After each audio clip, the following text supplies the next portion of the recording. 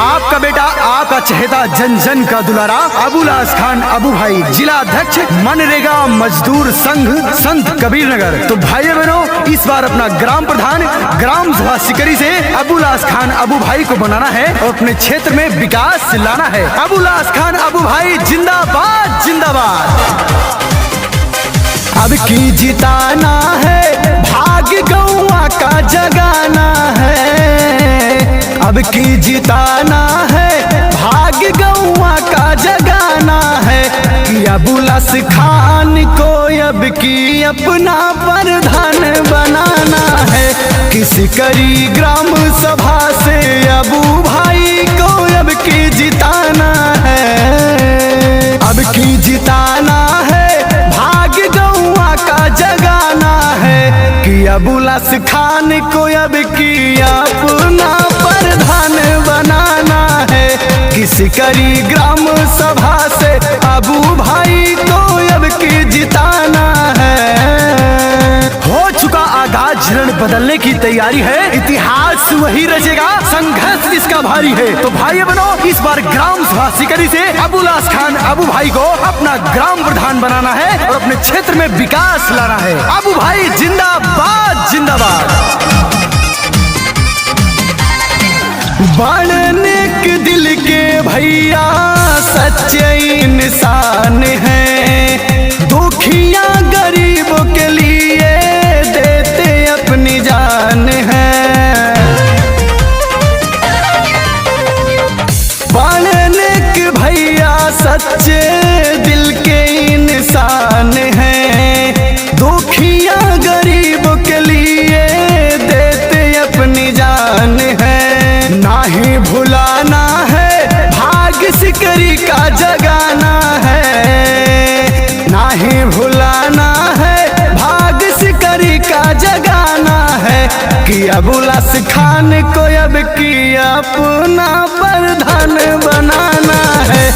कि ग्राम सभा सिकरी से अबू भाई को जिताना है। जालिम कितना जुल्म करेगा, सत्ता के गलियारों से ग्राम सभा सिकरी की गली गली गूंज रही है अबुल आस खान अबू भाई के नारों से। तो भाई बनो, इस बार अपना ग्राम प्रधान अबुल आस खान अबू भाई को बनाना है और अपने क्षेत्र में विकास लाना है।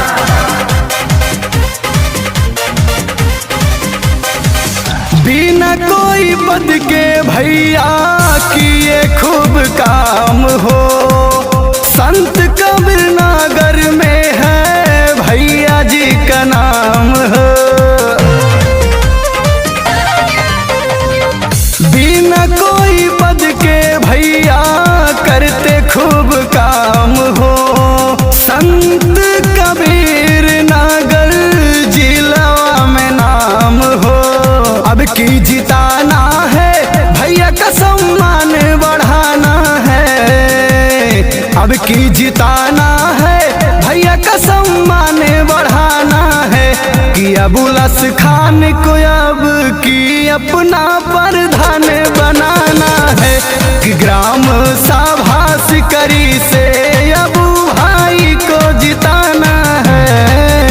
हलचल पैदा कर देंगे हम भारत के इतिहास में, जान लगा देंगे जन जन ग्राम सभा सिकरी के निर्माण में। तो भाई बनो, इस बार अपना ग्राम प्रधान अबुल आस खान अबू भाई, जिला अध्यक्ष मनरेगा मजदूर संघ संत कबीर नगर को बनाना है और अपने क्षेत्र में विकास लाना है। सरकारी योजना का लाभ सब दिलाएंगे। गौवा में सारी सुविधा शहर वाली लाएंगे। सरकारी योजना का लाभ सब दिलाएंगे। गौवा में शहर वाली सुविधा सारी लाएंगे। नाही भुलाना है, विरोधियन के झंसे में न आना है। नाही भुलाना है, विरोधियन के झंसे में न आना है। कि अबुल आस खान को अब की अपना प्रधान बनाना है। कि ग्राम सभा सिकरी से अबू भाई को अब की जिताना है।